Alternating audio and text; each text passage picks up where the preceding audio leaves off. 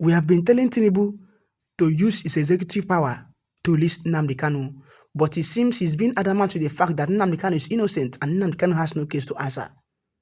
Now it seems Tinubu is causing problems among states in Nigeria because what has happened now is what we all predicted. In 2022, the appeal court quashed all charges leveled against Nnamdi Kanu and declared that Nnamdi Kanu has no case to answer. Appeal court also declared that no court in Nigeria has the jurisdiction to try Nnamdi Kanu in any court. See yet, Nnamdi Kanu is still being tried in the Federal High Court. Recently, the Kenyan High Court declared that Nnamdi Kanu is innocent and Nnamdi Kanu has no case to answer. They've been awarded 120 million naira in damages to Nnamdi Kanu's name. Still yet, Tinubu is adamant to the fact that Nnamdi Kanu is innocent. Buhari, who arrested Nnamdi Kanu, has died. Why is he holding him?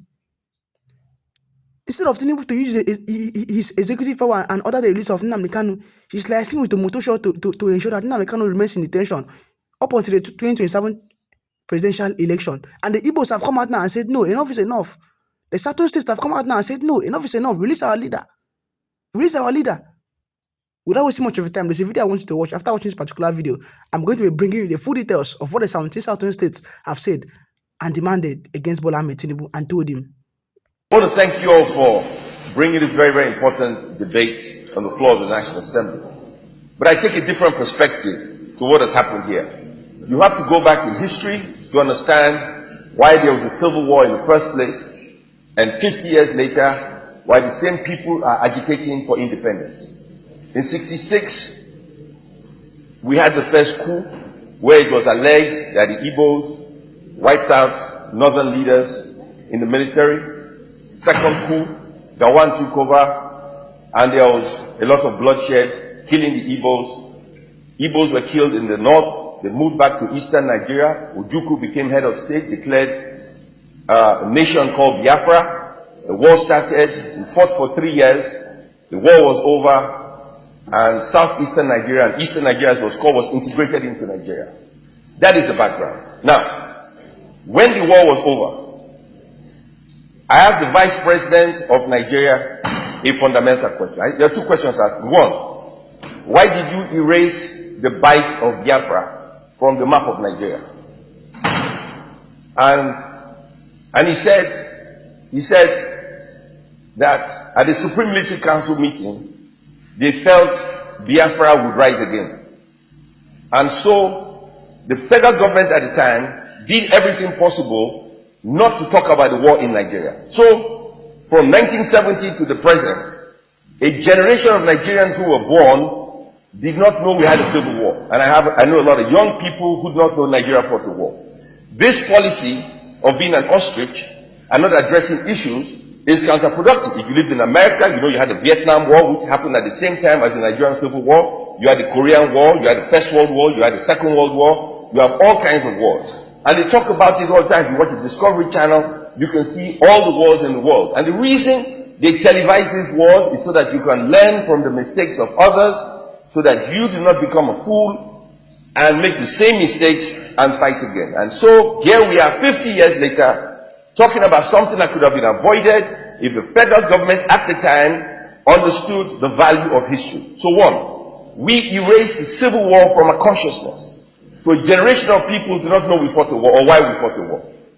They say the Igbos were marginalized, right? They fought the war, they lost. Today, they are the most industrious people in the country today. They are the richest Nigerians in the country today. One of the most educated people in Nigeria today. Yet, they feel marginalized. If you compare the Igbo man to the other sections of the society, you would say the Igbos are very privileged because of what they have. Yet, a generation of Igbos say they are marginalized and they want to secede and they want a nation. Well, yes, a young generation of people who have never seen bloodshed, war, destruction, people being killed, amputated, families being divided, sure they can think like that. But what have we done as a nation to educate them about the destruction of war? Absolutely nothing. We do not teach this in our history books. We do not tell our children what war is all about. It's easy to talk about war. How many people have carried a gun, an AK-47, a machine gun, a machete? How many people have carried a gun? How many people have used a gun? How many people have fired a shot? 17 southern states youths demand unconditional release of Nnamdi Kanu, and I read in details. Youths of 17 southern Nigerian states have called on President Bola Tinubu to release, without further delay, the leader of the indigenous people of Biafra, IPOB, Mazi Nnamdi Kanu. Now, despite calls from the UN working group to the Nigerian government that they should release Nnamdi Kanu, Tinubu, in collaboration with the Motosho, have failed to heed to the calls of the UN. The Kenyan High Courts have also ruled and told the Nigerian government, release this man. He was tortured. He was being rendited in an unlawful manner. Still yet, Tinubu has failed to use his executive order to release Nnamdi Kanu, despite it being crystal clear that Nnamdi Kanu's human rights was being violated. Broad daylight. Let's continue.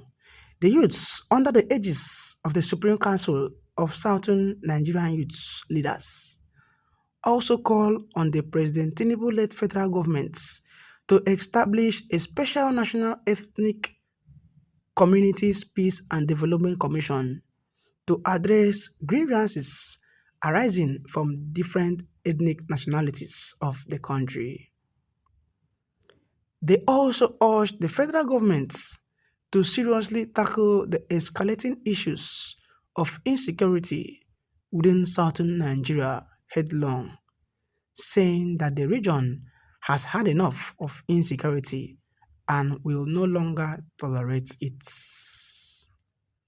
According to the southern Nigeria youths, the release of Mazi Kanu has become very imperative to ensure distributive justice in the country.